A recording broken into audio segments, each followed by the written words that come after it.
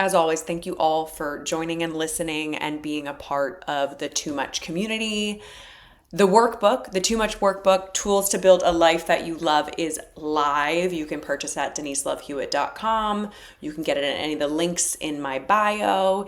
This has been a labor of love built out of my journey of redesigning my life. So I created this 40-page workbook to help you figure out what your blueprint is for your life, not what society tells you to be, not what you thought you should be, really what your soul is here to do, and to figure out how to design a life that's going to bring you a lot of meaning in a really challenging professional landscape.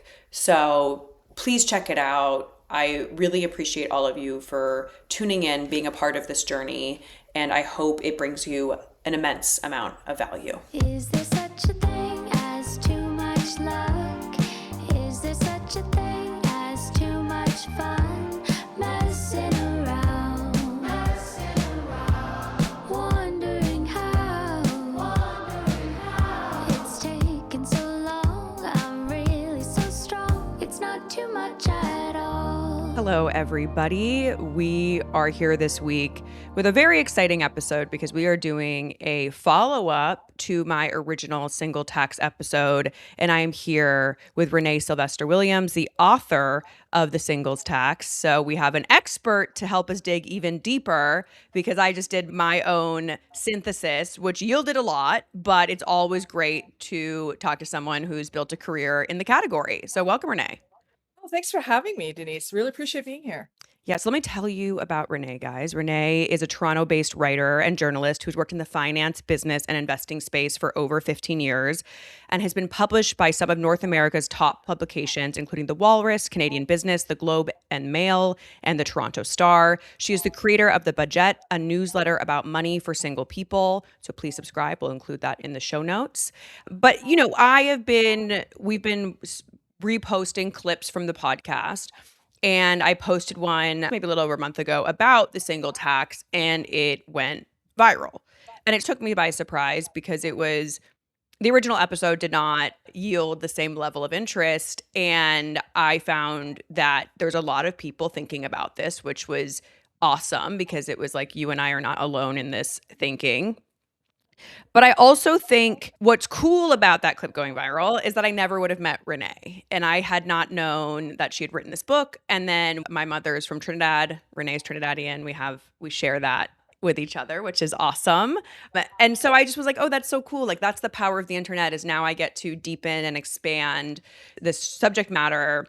And that's the pros of the internet. There's obviously a lot of cons, but I think amidst all the hateful comments, there was some light in finding Renée. So lovely. Thank you. I mean, you also prove a theory that you can find a Trinidadian anywhere. I know, I told my mom that. My mom thought that was so funny. Yeah, honestly, now that you know, you're going to find Trinidadians everywhere. Well, my parents live in Colorado, and they Mhm. met in their tiny little, town they live in. Not that tiny, but tiny enough. One Trinidadians. My mother's family had a hat factory in Trinidad. So Mhm. Ricardo's mom, when she got married, wore a hat from my grandfather's hat factory. And in this tiny town, you're like, oh, we found Ricardo. Like in LA, I feel like there's some Trinidadians. I live in a more of a hub, but it's always like when traversing the internet where you're like, oh, there's more from a small island. There's quite a robust amount of people doing amazing things. Right. Well, I live in Toronto and there's just Trinidadians like salt everywhere. They're just everywhere. And not even related to me, just random Trinidadians. But Toronto is a hub from the Caribbean. When my mom was growing up, it was like you go to Miami or you go to Toronto. Those were like the Yep. pathways because it was like, Yep. yeah. So Toronto, Still the truth. yeah. Yeah, still true, still true. There's a roti shop right across the road where I Amazing. live. That just makes me very happy. That's great. I haven't found the good roti in Los Angeles, but I also haven't been Oh. looking that hard in my defense. So I want to know, were you surprised that this many people were reacting? Because I mean, you've written a book about this. You obviously have a newsletter about this. So what was your understanding of the thirst of knowledge around this subject? That's really, really interesting. So I started the newsletter 5.5 years ago. Like I can tell you, like September 2020. Obviously, I had time on my hands. We all did. And it wasn't that pervasive. Like my social media algorithm wasn't showing me anything. You couldn't really read about it. Yes, there were books about it, but they were kind of There wasn't like an entire book or platform that was strictly talking about the financial aspect of it. There was a lot of more the social aspect of it. But in the last 5, almost 6 years, again, this is my algorithm serving this to me, but kind of looking at the people who are talking about it, it's clearly taken off. And it's not something that really surprises me that much. I mean, you have to look at it in sort of the bigger context of affordability in North America and the world generally. Either you have to have family money, you have to be making considerably more than the median or average income, or you have to be coupled up in order to afford certain things like housing, for example, especially like housing in the major cities in North America. So it doesn't surprise me that much that it has become as big as it has. And just like, so Canada right now, they're doing the census, right? We all had to fill out the census. I got the short form. I was very disappointed. I wanted the long form. I got the long form last time. And so it's going to be really interesting to see how many people identify as single, because the 2021 census had like about 4.5 million Canadians identified as single. Wow. And then there's Chantal Joseph's piece on how having a boyfriend is an embarrassment. Really good piece. And it's just come up again because the New York Times just wrote a piece on it's okay to want a boyfriend, which has also gone viral, hopping on the back of Chantel's piece. Yeah. So there's a lot of conversation about being single, what that means from both a societal and economic perspective. So short answer is nope, doesn't surprise me at all. So I also want to clarify that this conversation might be more focused on what is the dominant culture, which is heteronormative, Yeah. patriarchal culture. So I don't want anyone to feel alienated. That's really important to me. But that's a lot of the data we have is based around heteronormativity. So like we're just going to Yeah. start there because we're going to get into some data. And it's very interesting because when I did the clip, a lot of the podcast episode, I focused on women largely because the single tax affects women disproportionately more than it affects men, right? It obviously still affects men. It is more expensive to be single across the board. But you compound that by gender and then you compound that by race, right? And there's a great Yeah. author, Anna Gifty Opoku Agyeman. She wrote a book called The Double Tax, which is Mhm. about how women of color pay the most, they pay the brunt of it. And she sort of breaks it down and she does an amazing synthesis of like gender, race, and what you pay and seeing it side by side. Mhm. It is we have to do better. Let's just say that. It was There's intense. like a there's like a 20-cent difference between a racialized woman, and then there's categories within racialized women and white women. And correct me if I'm wrong on this. The last numbers I saw was like a white woman or somebody who identifies as white gets paid 89 cents on the dollar, Mhm. but a racialized woman gets anywhere between 59 to 69 or something like that, Yeah. right, on the dollar. So like even within that, that's a 20 to 25-cent difference right there. And then she breaks down things like, or I also, based on all the comments that surfaced on this clip, which we'll get into, people tend to think things like razors that are marketed to women that are pink are more expensive. They're like, well, then just buy the man's razors. But they don't understand that baked into all of the pricing is a patriarchal beauty standard that when you adhere to it, you do make more money. And Yeah. so this is the part where it's like, yeah, you can say, okay, I'm not going to give into any of the marketing, but you still will earn less because we have a dominant beauty standard that exists. And so she talks in the double tax about hair care for Black women Yeah. and that there's scarcity of product. It's more expensive. Maintenance of it is more expensive. And so there's all these small things that then add to your daily costs on top of not making the same amount of money. And then on top of that, you have to add the intangibles of the stress of just sort of operating in a space that doesn't accommodate you, Yes. right? On top of that. And then, of course, the additional financial stress, like you said, of spending the money to be perceived in the space that you are operating in, even if the space is not Yeah. built for you, it isn't necessarily welcoming to you as well. Right. Well, we've all like the stories and the narrative of like a Black woman with natural hair going to work that used to be deemed unprofessional or not how you're supposed to show up Mm-hmm. at work, which is a very colonialist white Yeah. version of the workplace. And I think we've made some strides, but not enough, right? That there's this accepting of people in their most natural full selves. And so that's really the issue. And so like when people say that, I'm like, I don't think you understand. And you can't break this down in the comment section on social media. There's just no point. People are very defensive. And you're like, well, there's baked into all these like tiny things that equate to, it's not simple. If it was simple, it would be done, right? Like it's the reason we're still Exactly. in this is because it's not simple. But I thought what was interesting, it was this, I obviously center women a lot in my content because I am a woman, it's what I know. And also I just am interested in shifting us towards more parity. And what came across my head when I did this clip was that all these men were like, well, this affects men too. And it's like, yeah, no shit, it does affect you. And I talk about it in the longer form episode. This is a 30-second clip. But I think they're so defensive because they're so not used to women being centered. And so when they see a clip focused on women with something that affects their gender as well, there's this need to talk about it where it's like, how many things center men that I don't even think about it? I don't even register because it's so normalized. But I've had to note that because I was like, oh, I think this is because this affects them too. And they're upset that they're not in the center of the conversation.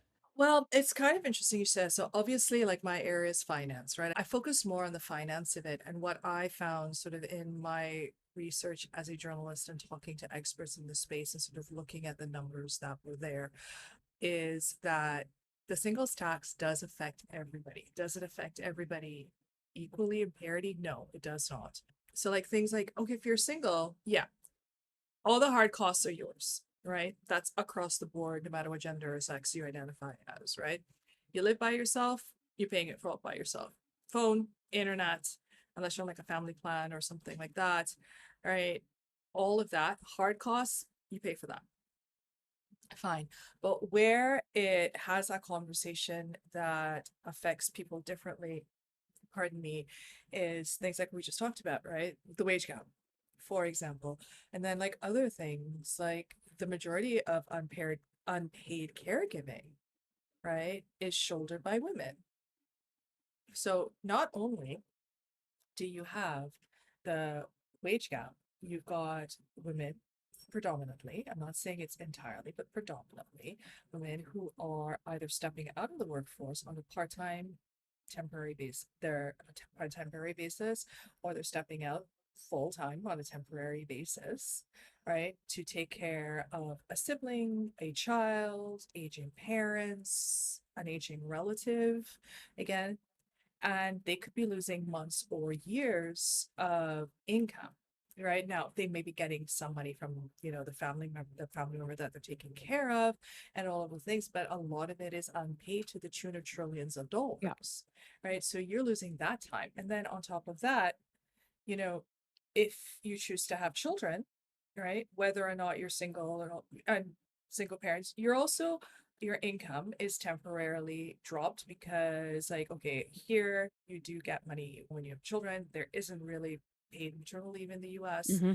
So you have to take 6 weeks, I believe, depending, like anyway, 6 weeks unpaid or more than that if you've saved up the money, but you lose that time in the workforce again, because then there's intangibles, you lose that face time, you possibly risk losing opportunities for promotion, which probably means more income and all of those things. And then you add that up, and that loss of income that can't compound over decades in a 401k or a Roth IRA or up here an RSP or a TFSA, that is thousands of dollars lost. Yeah. Right? So there's all of those things. And those are things that do predominantly affect women, right? Men aren't stepping out of the workforce as often, and they do run that risk, but not as often. They're, heterosexual cishet white males are the ones that we baseline salary parity against, right? They're not being as affected. And during COVID, there was a slew of women that, based on the fact that their partner was the breadwinner, they had Mhm. to then take over for what was maybe the daycare or nanny or whatever the situation was. And so there was a lot of time and loss for those women as well, which a lot of the women I know that that unfortunately had to do that, they didn't want to. They didn't have a choice because their husband was the breadwinner, and then they were forced to, and these are women that have their own companies, were forced to, sunset their business for a while because they had no choice. And so like that's where all that small stuff compounds because COVID, a global pandemic that no one could ever have predicted, pushed a lot of these women who were business owners into a different role. Yeah, I remember what was the term that was used for the next couple of years? The she session. Mhm. Yeah, with women stepping out of the workforce. Yeah. So much of how society was built was under this heteronormative patriarchal paradigm. And one of the things I thought that was valuable in the comments that came up was talking about, well, you get tax incentives because you're married because you have children. And I was like, Hmm. well, maybe when we created this continent and the ideas around it, sure. But we're Hmm. living in a time where single people have children, married people don't always have kids.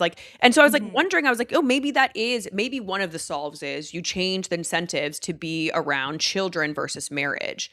And I didn't know if that's come up before in your research, but it also feels to me a lot of the comments were coming from this fear-based survivalist place, which is like society can only continue if we continue to procreate. And it's like, yes, that's true, but also I don't have a leg in the race either way.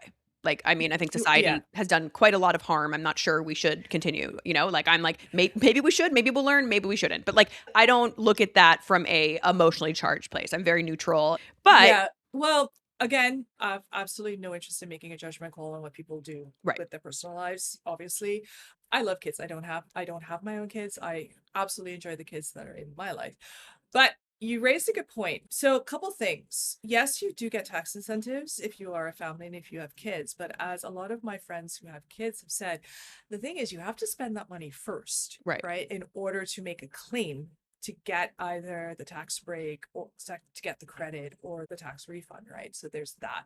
So it's not just like have kids get money. And again, I always find that interesting as a concept because it kind of ties back into paying taxes. I've seen a lot of people saying, "Well, I don't have kids. I'm single. Why do I have to do all of this?" I'm like, "Ma'am, or sir, or whatever, or person. We live in a society.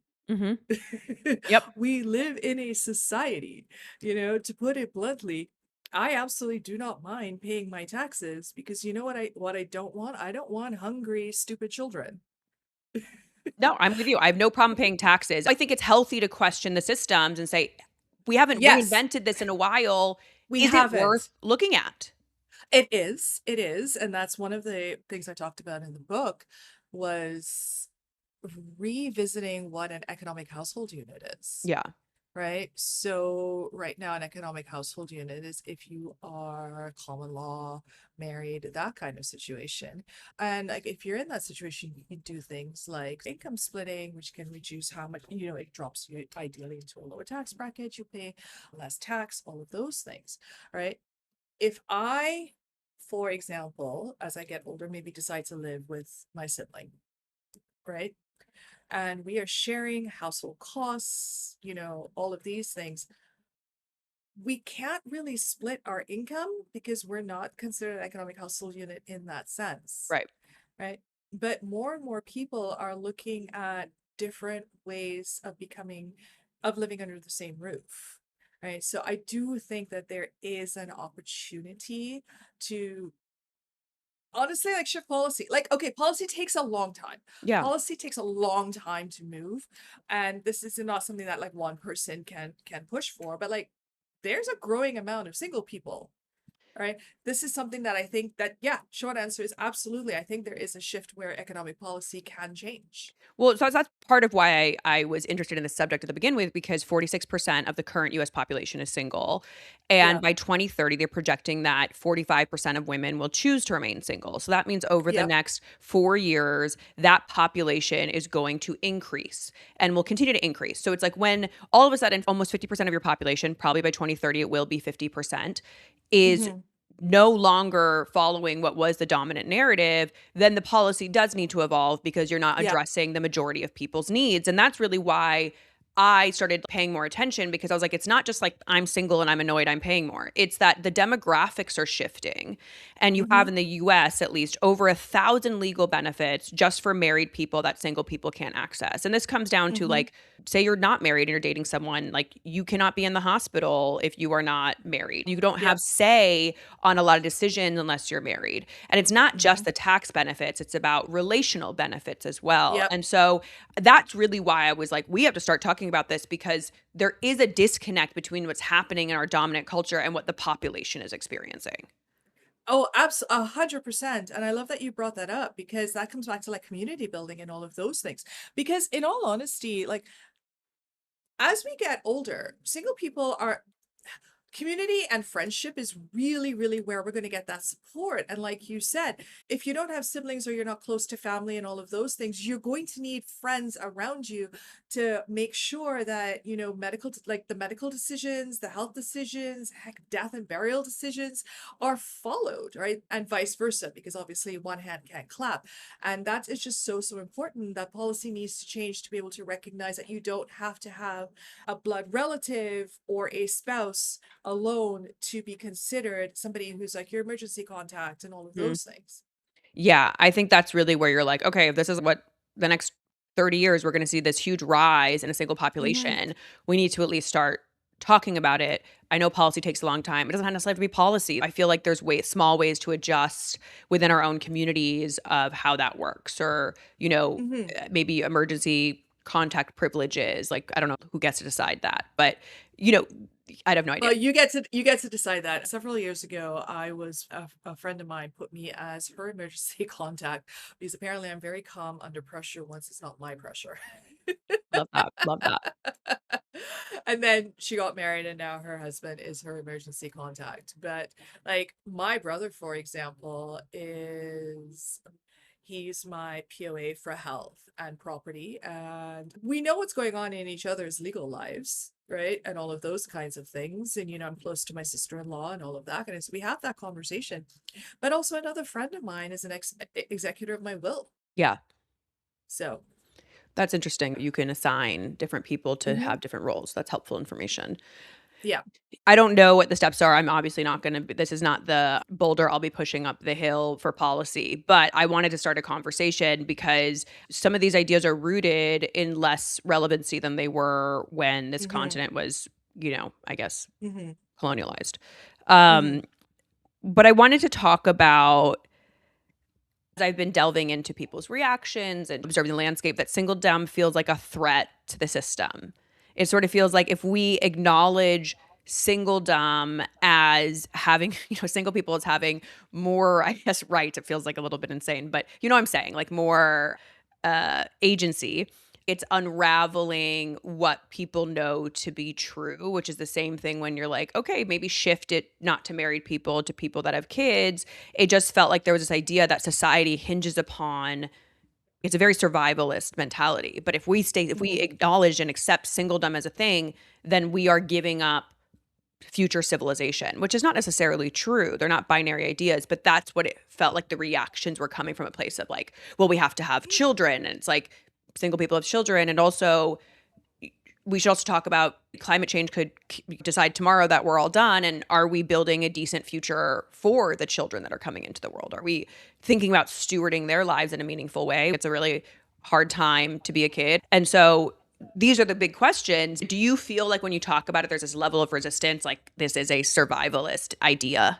Yes and no. I think some people do have that survivalist idea, but there are also people who acknowledge that actually single people are very, very important in their community, Hmm. right? I mean, here's the thing. Yes, society has been based around the couple. Like we get Valentine's Day, and then actually first we get all of those Hallmark movies that are like meet cutes, we live happily ever after, and then there's January where we recover from the holidays, all the holidays, and then we go straight into Valentine's Day. So we have 2 or 3 months that are just literally dedicated to couples. Oh, and then wedding season, which up here tends to be mostly in summer because it's nice. We actually have maybe 4 or 5 months that are dedicated to the couple.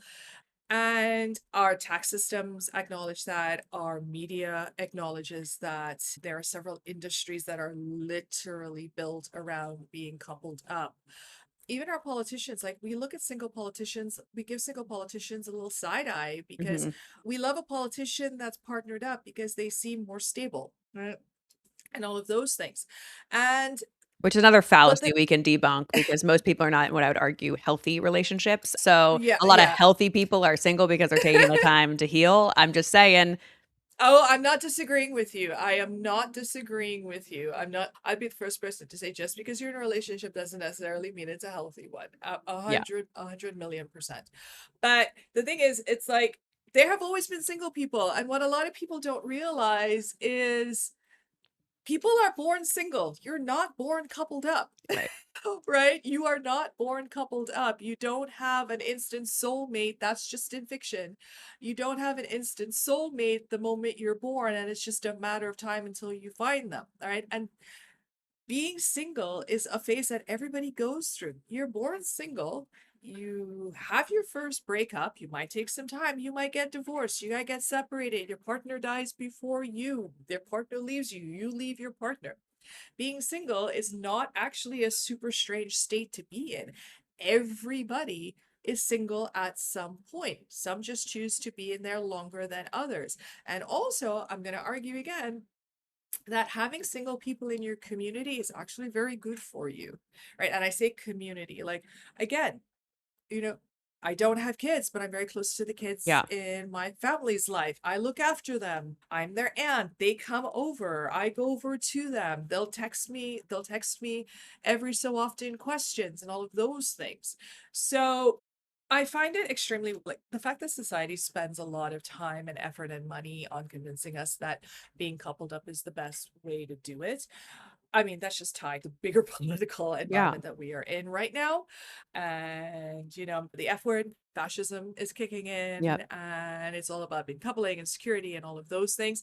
So the fact that we're sort of in this state and you've got that, and then the people who are just like choosing to opt out of that by going, nope, no kids, I'm not doing this.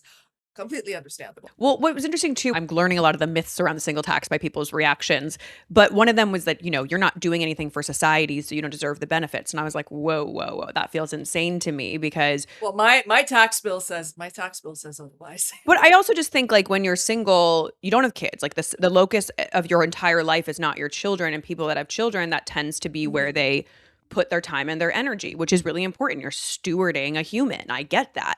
At the same time, a lot of single people have time to put into policy, government, ideas, questioning society because you're not just thinking about what is in front of you because it's very hard when you have kids. Like that becomes what is at the front of your brain all the time. And I was like, Mhm. I really think it's important. We need the balance because we need people that have the time and the energy to want to change the world. Yeah, And yes, exactly. Like, many people can do that if they have kids. I just understand how hard it is. oh, absolutely. And anybody who has kids, their priority should be the kids, 1,000,000%. 100%. But for me, I've been on my local residents association for almost a decade, Yeah. right? I'm obviously, and people of all ages and demographics are on it, but this is something that interests me. So, and I love my neighborhood. I love my community. I wanted to improve. And Toronto has been in the depths of building for 20 plus 15, 20 years now. So yeah, that's something that I'm interested in. I have the time to do it. Right. So I've been on my residents association. Right. But that's the thing. Mhm. You need the time. And I'm like, we need people that are single, do have like, I mean, I feel like I have no time, but I do have time to put into things that are important to me, right? Which for me is my Mhm. community. It's volunteering, it's creating awareness through this platform. All of that, I think that we need to change the conversation around like just because kids are not the only way to be productive in this world. And we really need people who have time and energy to help us really shift what's happening. So I look at it as like I'm like actually the increase in single people is great because hopefully we can start to really problem solve. We have a lot of big problems to solve and we need all hands on deck. Mhm. I think like single people are really good community builders, right? Again, I don't want to blanket every single person, but when it comes to building a community outside of a couple, right? Because you're with each other and all of those things. But single people have to put themselves out there, Yeah. right? It is difficult to make friends, but by putting yourself out there, you build that community that either helps you, you help them, or it builds the wider community. I also want to say Like at the bare minimum, we are also, you're getting married, I'm buying you a present, I'm attending your wedding, you're getting a kid, I'm buying your baby shower present, like 8,000 financial ways I'm contributing to your life, your community. And because it's less socially acceptable, right? There's less reciprocity to me. So I'm sure your book, right? Like you launched something, I launched a workbook, and it was very interesting to see who in my community showed up. And it was the majority of the people that purchased my workbook in my community were single people or queer people, Yeah. but they were not the heteronormative married couples. Hmm. It's interesting you should say that. I obviously don't have a breakdown of who Hmm. bought my book and whatnot because it just launched 6 months ago, so I Yeah. don't have those numbers. But the feedback that I've gotten from my newsletter subscribers is I would say about half of them are partnered up. Half of them are partnered up, and I've had people, they always start with the I'm not single, but Right. I have learned X, Y, and Z from Hmm. you. And my entire response is, you know what? I don't care if you're single or not. I am glad that you're here. Right. Right? Because I don't like the discourse that I see. It's not a huge discourse, but I don't like the discourse of kind of pitting single people against couples. No, I'm Right? with you. Because I just have been yeah. noticed recently where I'm like, I'm always funding these things. And Oh, you're like, absolutely. societally, you're like, it's so normal for me to celebrate these couples' wins, but there's not the same level of expectation for a single person's wins. And I've just like recently noticed, oh, that's really interesting because I haven't really thought about it, but I'm constantly supporting these milestones in your life and who's supporting the milestones in my life. It's funny you should say that because I think I have the same amount of married friends that I do single friends. I'm very lucky. I have a whole coterie of single friends. And it's not unusual for us to go, okay, hey, this happened. I want to celebrate it. And then we'll all just get together and celebrate it. So, again, I know this is difficult for some people to do, but I'm a big fan of I have done a thing. Hmm. I want to celebrate thing. We got to, and then I invite people and people show up or they don't show up. But also, like, I'm just really, really lucky in the sense that I have a lot of friends who celebrate my milestones. Like, my milestones aren't marriage, kids graduation and all of those things, but like my milestone would be like new job, new contract, book, birthdays, that kind of thing. Or hey, I just got through a really, really terrible week. Can we meet up? And I have friends, and I hope I'm that friend as well.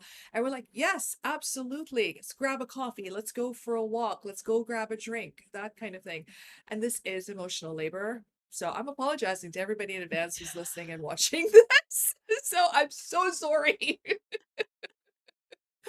But I'm also a fan of doing the emotional labor for yourself. Hmm. Right? So send out the invites, invite people over and all of those things because you'll figure out who your friends are and kind of like what circle of friendship you get to put them into. Like, are they in the inner circle or are they out on the, oh yeah, meet up for coffee with them like twice a year Right. kind of situation. Totally, totally. I think that's important. I will just say, I think for those that may not think about just because societally you really haven't had to, it does mean a lot to your single friends when you celebrate their work wins. It is very meaningful because for a lot of us, at least for me, like my work is my baby. Like it's what I believe I was Yeah, here to do. I believe it's my purpose. And so for me, it's incredibly meaningful when people show up for that because it's like I will go to all the baby showers, graduations, all the things. And in turn, we have to understand that when someone buys your work or donates to your nonprofit, like all that stuff, I know how meaningful that feels to the person at the helm. it is. And what I would add to that is if you see something that would interest your single friend, right?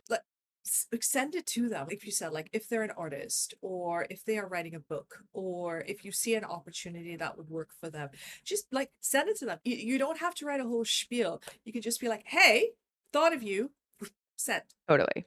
Right. And that alone, I think, is really, really meaningful. Like, it doesn't have to be a big gesture. No. Yeah.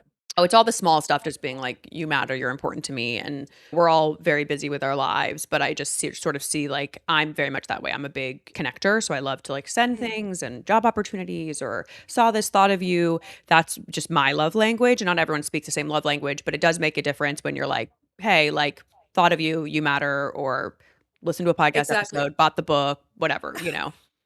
Yeah, exactly. What I found really sweet is so I live in a condo and I know most of my neighbors on my floor and I ran into one of them yesterday, retired, lovely guy.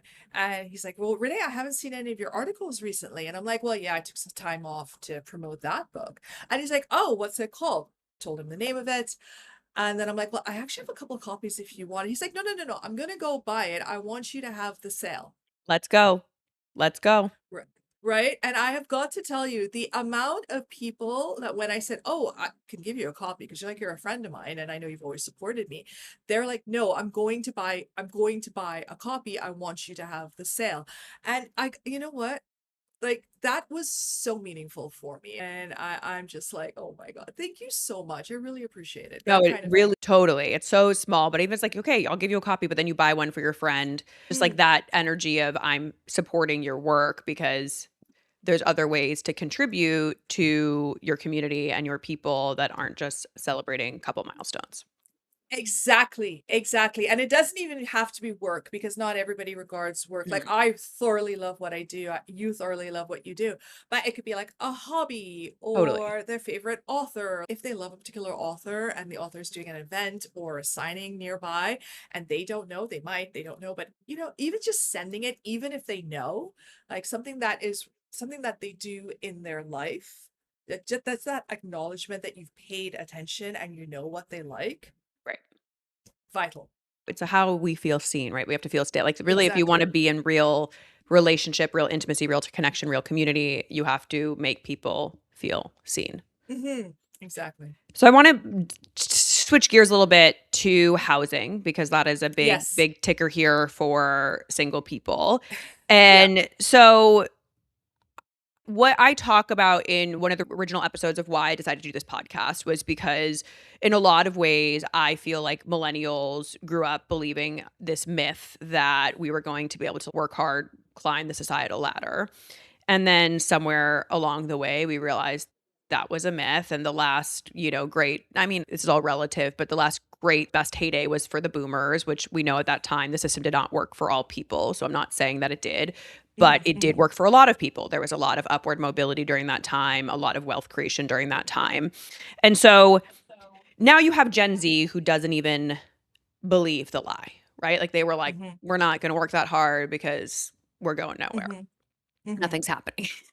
mhm, But at the same time, we have a real 3D reality, which is bills, rent. mhm, And mhm, from 1980 to 2020, there was a 400% increase in housing costs in the United States. So mhm, never in the history of the United States has there been that large of an increase in inflation. And so when people are mhm, like, "Oh, your generation doesn't work hard enough for this and that," I'm like, "No, we're facing a real financial difference, which is mhm, to now check off the society's boxes that we used to want to check off.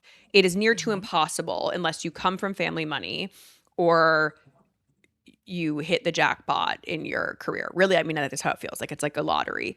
So I want to talk about why this feels so heavy because there's grief around people not being able to buy houses. What does that represent? And how do we build a meaningful, purposeful financial life amidst these harsh realities?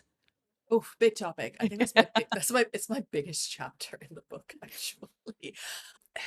There's so many things, right? All of us were sold I'm gonna say North American dream, Yes. not just the American, the Canadian, the North American dream of owning property, right? That's part of it. And part of it was because we were told that owning a house is one of the first ways to get on the wealth ladder, right? In order to generate wealth. It's in forced savings, right? In an ideal world, you buy property for this price and then it appreciates to this price and you can sell, downsize, or tap the equity in it. Or if you've already also saved, that property for whatever it is passes on to the next generation, which gives them a leg up, right? And that's been sold to us by the federal government and state and provincial governments that, buying a home is gets you on the wealth ladder, start there, right?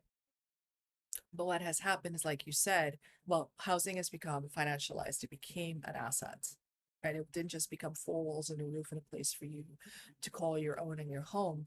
It became an asset, right? So you've got that. So there's that. Then you have the zoning laws, right? And it's taken a long time for zoning laws to change from detached single family homes.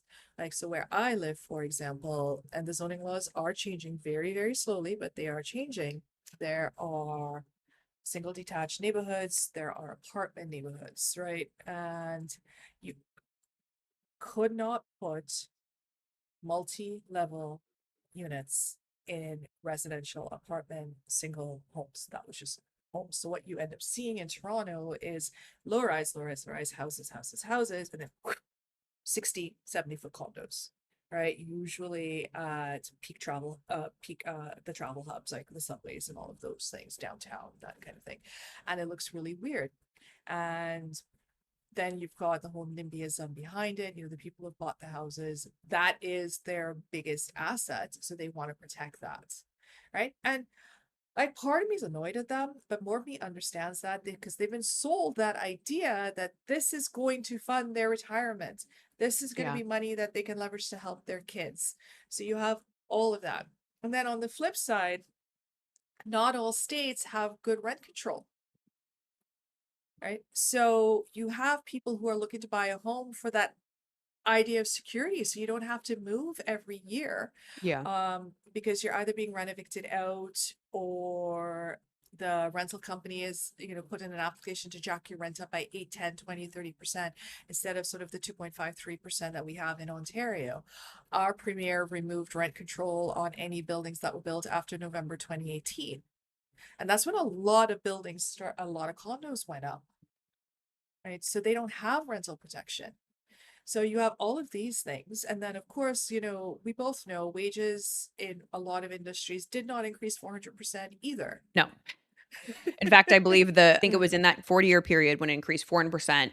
I think wages increased like 7%. It was like Yeah. something astronomical where you're like, how do you expect people to keep up with the cost of living when you are hoarding your profits to yourself and then costs are increasing and people can't. That's why everyone has 3 jobs now, because it's like they can't Yeah. pay for the basics. In any of the big cities, it's a fortune to have an apartment. And everyone's like, well, get a roommate. And you're like, sure, I can get a roommate and still have the same issue. Like, it's like the Yeah. cost of living is so high. But I hate that answer because the thing is like that puts the onus on the individual to Yes. solve the problem when the problem is actually a policy problem. Systemic problem. Well, this is always the thing, is they want you to believe it's an individual problem. And these are Right. systemic issues that we are symptoms of the disease. And that's the Mm-hmm. part where it's like, it doesn't matter how much more I earn or get a roommate. Also, I feel for me, it's like I do pretty well. You know, I do fine. I get by, I'm comfortable. I live a very privileged life, very Mm-hmm. blessed. Mm-hmm. I think about how expensive it feels for me, and then I compound that for someone that makes less money, that has to Mm-hmm. like keep up with the cost of living. And so it's not about me. It's not about like just me Mm-hmm. lowering my cost. I have so much sympathy for how hard it is right now for anyone in a major city to pay their bills. And now we're seeing, Mm-hmm. you know, especially in rural United States, farmers are losing stuff Yeah. to global imports. So this is becoming untenable. And so if Yeah. you're making $20 an hour, which is minimum wage in California, it is not enough to live anywhere remotely near your job. It's just not enough. I don't Yeah, know how you're paying your exactly. rent. It is expensive to be poor. It's expensive to be poor. So you have all of those situations. And the thing with personal finance, which is like we are having that conversation, is too many people put too much weight on the personal part. Like I feel like it should be called personal policy finance. Yeah. So we have to like I feel like we have to put the word policy in there somewhere because again, like I've been saying this for like the last 6, 7 months is there's a finite amount of things an individual can do to personal finance their way out of things. You could budget until the cows come home or whatever. You are not going to solve the housing crisis individually. And 100%. the answer should not be get a roommate. I'm sorry, at some point in time, maybe I don't want a roommate. Right. I wasn't expecting to live with a roommate till I'm 80 years old. Like maybe I want my own space. Also, my thing is like I don't want to tell people to budget until the cows come home. Like you need to have a level of budgeting in your life, but you also are here to live a life. Exactly. Exactly. I mean, the answer should not, and this has been changing, thank God. The answer should not be tighten your budget more, tighten your budget more. You can only tighten your budget so much. What annoys me is when I see like, okay, food costs. Well, you got to, you know, shift all of those things. Listen, There is only a finite amount of time you can tighten your budget until you are literally compromising your health because you are not getting the nutrition you need. That's right. Right. And when you are compromising your health because you need to eat, and no shame there, no shame there, that's not on you. Right. At some point in time, there's the long-term ramifications of your health. And then you have to like figure that out. 100%. All the wealth we have that exists in the world right now is enough to solve a lot of the world's problems, right? Like Oh, absolutely. Like, what's that economist? I'm blanking on his name. I'll say Rutgers something.